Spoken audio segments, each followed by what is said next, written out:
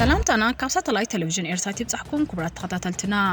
ንሎሚ ቀዳም ሕዳር 1 2025 ዘዳልናልኩም መደብ ስፖርት ሒዝናልኩም ቀዲምና ኣለና ሰናይ ምክትታል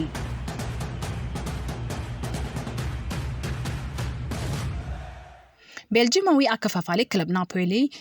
ኬቨን ዲ ብሩይነ ብዘጋጠሙ ማህሰይትን አዋርሕ ካብ ሜዳ ከም ዝርሕቕ ድሕሪ ምርግጋጹ ኣብ ዋንጫ ዓለም 2026 ናይ ምርካብ ዕድሉ ጸቢብ ከም ዝኾነ ጋዜጣ ዘሳን ሓቢራ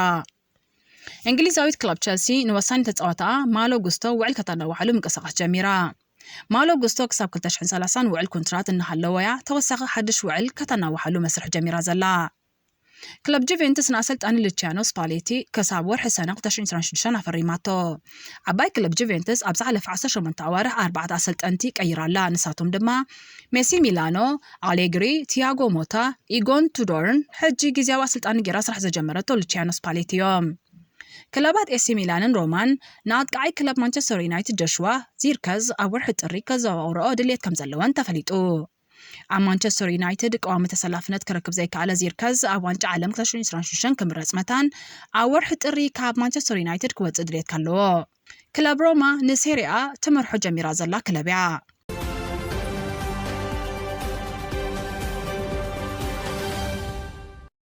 እስፓኛዊ ፔድሮ ኣብ ክረምቲ ምስ ክለብ ላዚዮ ዘለዎ ውዕል ምስ ወደ ምስታ ክለብ ከፈላለ ምዃኑን ሳእኑ ከሰቅል ድማ ይሓስብ ከም ዘሎን ተፈሊጡ ፔድሮ ምስ ክለብ ባርሰሎና 5 ግዜ ላሊጋ እስፓኛ 3 ግዜ ቻምፒየን ሊግ ዝርከብዎም ብርክት ዝበሉ ዋንጫ ኣልዒሉ እዩ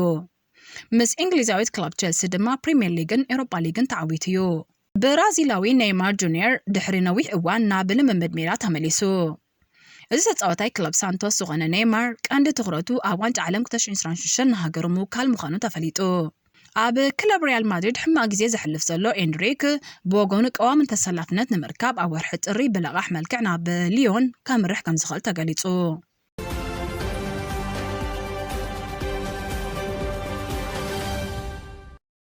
መበል 18 ግጥማት ፕሪሚየር ሊግ ዓዲ እንግሊዝ ቀዳም ሰንበትን 1-2 ጥቅምቲ 2025 ብሽዓተ ተጻዋታት ኣብ ዝተፈላለዩ ስታዲየማት ክካየድ እዩ ሎሚ ቀዳም 1 ሕዳር 2025 7 ግጥማት ክካየዱ እዮም ኣብ ውጽኢት ቅልውላው ዘላ ናይ 2024-25 ቻምፒዮን ፕሪሚየር ሊግ ዝኾነት ክለብ ሊቨርፑል ኣብ ሜዳ አንፊልድ አንጻር ኣብ ዝቀረባ ኣብ ጽቡቕ ቁመና ዘላን ዝሓለፈ ሰሙን ማንቸስተር ሲቲ ዝሰዓረትን ክለብ ኣስቶን ቪላ ክትገጥም እያ ሊቨርፑል ኣብ ሜዳ ብክለብ ክሪስታል ፓላስ ድሕሪ ዘጋጠማ ከቢድ ስዕረት ካብ ካራባኦ ካፕ ተባሪራ ኣብ ተኸታታሊ ስዕረት ትርከብ እቲ ኣሰልጣኒ ድሕሪ ስዕረት ብክለብ ብሬንትፎርድ 10 ተጻወቲ ቀይሩ ናብ ሜዳ ኣትዩ ነይሩ ኣሰልጣኒ ኣርነ ስሎት ኣብ ዝሓለፈ ፀወታታት ንፓላስ ንምስዓር ክኸብዶ ይተራእዩ ብክሪስታል ፓላስ ንሳልሳይ ግዜ ኣከታቲሉ ስዕረት ኣጋጢሙ ዘሎ ሊቨርፑል 102 ግዜ ኣብ ልዕሊ ኣስቶን ቪላ ብምዕዋት ላዕለዋይ ኢድ ኣለዋ ቪላ ድማ 59 ግዜ እያ ተዓዊታ ዝተረፈ 43 ግዜ ድማ ክልቲአን ክለባት ማዕረ ክፈላለያ ክኢለን ኣለዋ ካብ ሊቨርፑል ብርክት ዝበሉ ተጻወቲ ኣጠራጠርለው ካብኣቶም ድማ ኣሌክሳንደር ኢሳቅ ግራቨንበርች ኣሊሶን ኩርቲስ ጆንስ ፍሪምፖንግ ይርከብዎም ብወገን ኣስቶን ቪላ ድማ ቲሊስማንን ቡንዲያን ጥራዮም ኣጠራጠርቲ ኮይኖም ዘለው ቀፂላ ሊቨርፑል ግጥም ድማ ኣብ አንፊልድ አንጻር ሪያል ማድሪድ ኣብ ቻምፒየን ሊግ ከምኡውን ኣብ ኢትሃድ አንጻር ማንቸስተር ሲቲ ኣብ ፕሪሚየር ሊግ ከቢድ ግጥም ዝጽበያ ዘሎ ሊቨርፑል ኣብ ልዕሊ ኣስቶን ቪላ ግድን ክትዕወት ተዘይክኢላ ኣርነ ስሎት ኣብ ሓደጋ እዩ ዘሎ ኣርነ ስሎት ኣብ ዝሓለፈ ካብ ዘካየዶም 7 ፀወታታት ኣብ 6 ተሳዒሩ ሕማቕ ታሪኽ እዩ ኣመዝጊቡ ዘሎ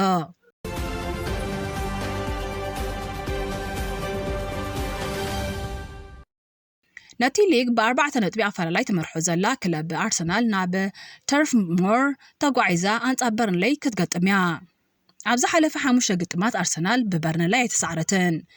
ብሓፈሻ ክልቲአን ክለባት ኣብ ዘካየዶ ግጥማት ድማ ኣርሰናል 56 ግዜ ተዓዊታ በርንሌይ 32 ግዜ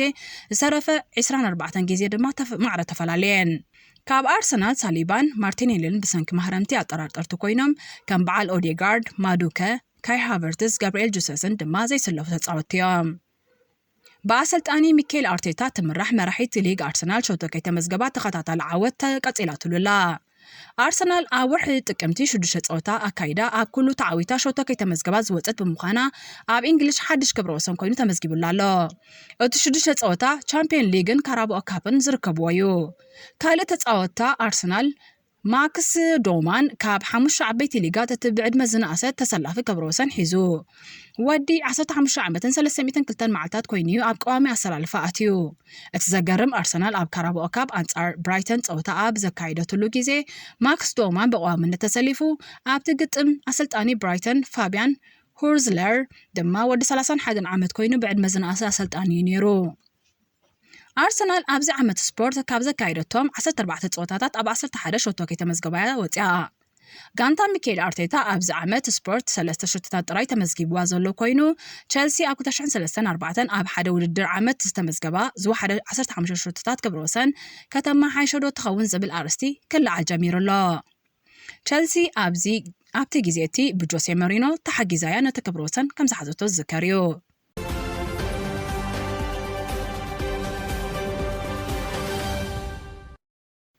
ኖቲንግሃም ፎሬስት አንጻር ማንቸስተር ዩናይትድ ፖርቱጋላዊ ኣሰልጣኒ ማንቸስተር ዩናይትድ ሪበን ኣሞሪም ነታ ክለብ ካብ ዝርከባ ሓደ ዓመት ኣብ ዝቕፅርሉ ግጥም አንጻር ፎሬስት ከካይድ እዩ ኖቲንግሃም ፎሬስት ብሲንዴይች እናተመርሐት ኣብ ሜዳ ናይ መጀመርያ ፀወታ ከተካይድ እያ ሲንዴይች ንኣንገ ፖስተኮግሉ ካብ ዝትክኦ ክልተ ፀወታ ኣካይዱ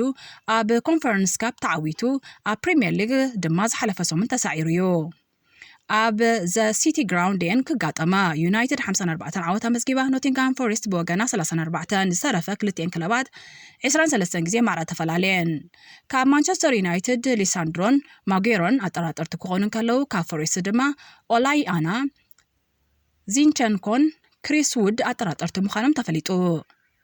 ቶተንሃም አንጻር ቸልሲ ኣብ ደርቢ ለንደን ቸልሲ ብዘይ ኮል ፖልመርን ሊያም ዲላፕን እያ ክትገጥም ቸልሲ ኣብ ካራባኦ ካፕ ኣብ ልዕሊ ወልቭስ ብፀቢብ እኳ እንተተዓወተት ኣብ ፕሪምየር ሊግ ካብ 5 ፀወታ ኣብ 3 ተሳዒራያ ካብ ቶተንሃም ብሰንኪ መስበርቲ ዘይሰለፉ ተፃወቲ ማዲሰን ኩሊሰቨንስኪ ቤስማ ቤን ዴቪስን ሶላንከንን ኮይኖም ኣጠራጠርቲ ድማ ሮሜሮን ኡዳጊን እዮም ቸልሲ 79 ዓወት ኣብ ልዕሊ ቶተንሃም ኣመዝጊባ ቶተንሃም ድማ 53 ዓወት ሰረፋ ድማ 43 ማዕረ ተፈላለየን ኣብ ቶተንሃም ሆትስፐርስ ስቴድየም ፀወተን ከካይዳ ክሪስታል ፓላስ አንጻር ብሬንትፎርድ ብራይተን አንጻር ሊድስ ፉልሃም አንጻር ወልቭስ ሎሚ ቀዳም ሓደ ሕዳር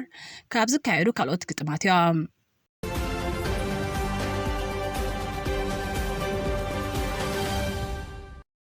ሰንበት ክልተ ሕዳር 2025 ካብ ዝካየዱ ግጥማት ማንቸስተር ሲቲ አንጻር ቦርንማውዝ ኣብ ካልኣይ ደረጃ ዘላ ናይ አንዶኒ ኢራኦላ በአንቶኒዮ ሴሜኒዮ እናተመርሐት ኣብ ሜዳ ሲቲ ኢትሃድ ተካይዶ ፀወታ ቀሊል ከም ዘይከውን ተገሚቱሎ ኣሰልጣኒ ማንቸስተር ሲቲ ፔፕ ጓርዲዮላ ኣብ ልዕሊ ሴሜኒዮ ዘለዎ ንኣዳ ገሊጹሎ ሲቲ ኣብ ዝሓለፈ ሰሙን ኣብ ፕሪምየር ሊግ ብኣስቶን ቪላ ድሕሪ ምስዓራ ቻምፒዮን ናይ ምዃን ዕድል ከም ዘለዋ ጓርዲዮላ ገሊጹሎ ሲቲ ኣብ ልዕሊ ቦርንማውዝ 21 ግዜ ተዓዊታ ቦርንማውዝ ድማ ሓደ ግዜ ጥራይ ተዓዊታ ዝተረፈ ክልተ ግዜ ማዕረ ተፈላለየን ካብ ሲቲ ሮድሪ ጥራዩ ኣጠራጣሪ ኮይኑ ዘሎ ኤርሊንግ ሃላንድ ስፒት ዝግበረሉ ተፃዋታይ ኮይኑ ብዙሕ ሾቶ ነቲ ሊግ ዝመርሖ ዘሎ ተፃዋታይ እዩ ዌስትሃም አንጻር ኒውካስል ጽባሕ ክካየድ ካልእ ፀወታ እዩ መበል 11 ሰሙን ግጥማት ላሊጋ እስጳኛ ቀዳም ሰንበት ዝቕፅል ኮይኑ ነቲ ሊግ ብ5 ነጥቢ ኣፈላላይ ትመርሖ ዘላ ሪያል ማድሪድ ሎሚ ቀዳም ምስ ቫለንሺያ ኣብ ሜዳ በርናቡ ክትፃወት እያ ኣከታቲሉ ሾቶ ዘመዝግብ ዘሎን ኣብ ጽቡቕ ቁመና ዘሎ ክሊያን ምባፔ ሓደ ካብቲ ፅቢት ዝግበረሎም ተፃወቲ እዩ ክሊያን ምባፔ ናይ ወርሒ መስከረምን ጥቅምትን ብሉፅ ተፃዋታይ ላሊጋ እስጳኛ ተባሂሉ ኣከታቲሉ ተሸሊሙ እዩ ሎሚ ብተወሳኺ ኣትሌቲኮ አንጻር ሴቪላ ሪያል ሶሴዳድ አንጻር ኣትሌቲኮ ቢልባኦ ክገጥማየን ጽባሕ ሰንበት ድማ ዝሓለፈ ሰሙን ኣብ ኤል ክላሲኮ ብማድሪድ ተሳዕረት ባርሰሎና አንጻር ኤልቼ ክትፃወት እያ ባርሰሎና ወሰንቲ ተፃወታ ብሰንኪ መስበርትን መቕፃዕትን ከሲራላ እንትኾነ ኣብ ልዕሊ ክለብ ኤልቼ ፍጹም ኣብላልነት ዘለዋ ክለብ ብምዃና ዝሓሸ ግምት ተዋሂብዋ ኣሎ ኣብ ዝሓለፈ ሰሙን ብብቕዓቱ ዝተሓመ ላሚነ ያማል ዝሓሸ ብቕዓት ከርኢ ትፅቢት ይግበረሉ ኣብ ላሊጋ እስጳኛ ትማሊ ዓርቢ ምሸት ጌታፈ ንጄሮና 2-1 ስዒራታ ኣብ ካልኦት ሊጋት ዝካየዱ ወሰንቲ ግጥማት ኣብ ሴሪአ ኢጣልያ ሎሚ ቀዳም ናፖሊ ምስ ኮሞ ክሪሞንሴ አንጻር ጁቬንቱስ ክፃወታየን ሰንበት ኤሲ ሚላን ምስ ሮማ ሄላርስ ቬሮና አንጻር ኢንተር ሚላን ክፃወታየን ትማሊ ኣብ ቡንደስሊጋ ጀርመን ቦርሲያ ዶርትመንት ብእንኮሾቶ ጉሪሳይ ኣብ ልዕሊ ኦክስበርግ 1-0 ተዓዊታ ዶርትመንት ካልኦት ክለባት ክሳብ ፀወታ ብ20 ነጥቢ ካልኣይ ደረጃ ተሰሪዓ ሎሚ ቀዳም ባየር ሙኒክ አንጻር ባየር ሌቨርኩሰን ሓያል ፀወታ ከካየዳየን